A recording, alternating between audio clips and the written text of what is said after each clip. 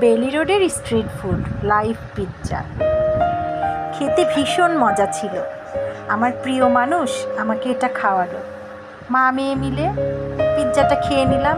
যেহেতু আমার প্রিয় মানুষটা ডায়েটিংয়ে আছে, তাই সে একটু ছুঁয়েও দেখেনি। আর আমারও খুব প্রিয় খাওয়ার পিৎজা, তাই খেয়ে নিলাম। বেশ মজা ছিল।